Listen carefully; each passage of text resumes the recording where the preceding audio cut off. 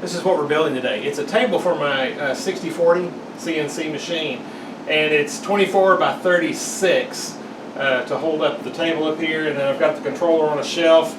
It's water cooled, so I've got a bucket of coolant down here with the circulating pump in it, and it's on wheels so that I can roll it around. Let's get started building it. Okay, so here's our tabletop, and it is 36 by 24. It's actually like 36 and a quarter or something like that. That's the size it was, and I didn't bother to cut it down a little bit more. But if I was cutting it, I would have done 24 by 36. Now, it looks really nice on this side right here, doesn't it? Okay, well, let's flip it over. This is actually an old spoil board off of my CNC machine, which I thought was very appropriate for this project. So this is what we're going to use this. This will be the downside. You'll never see it.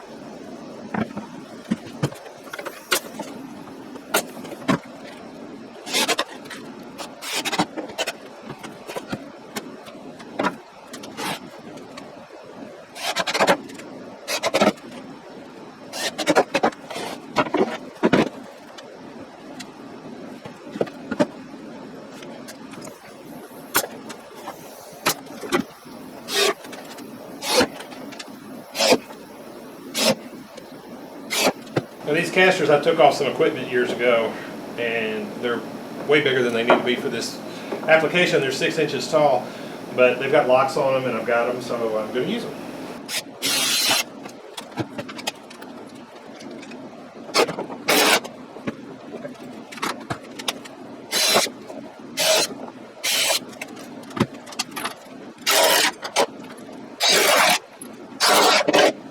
Alright, and then I'll get the other 4 on there. Alright, well that's got it finished and everything on it. I can do my computing over here and run it right here. I think it's going to work out really good. Hope this was interesting to you. Thank you for watching.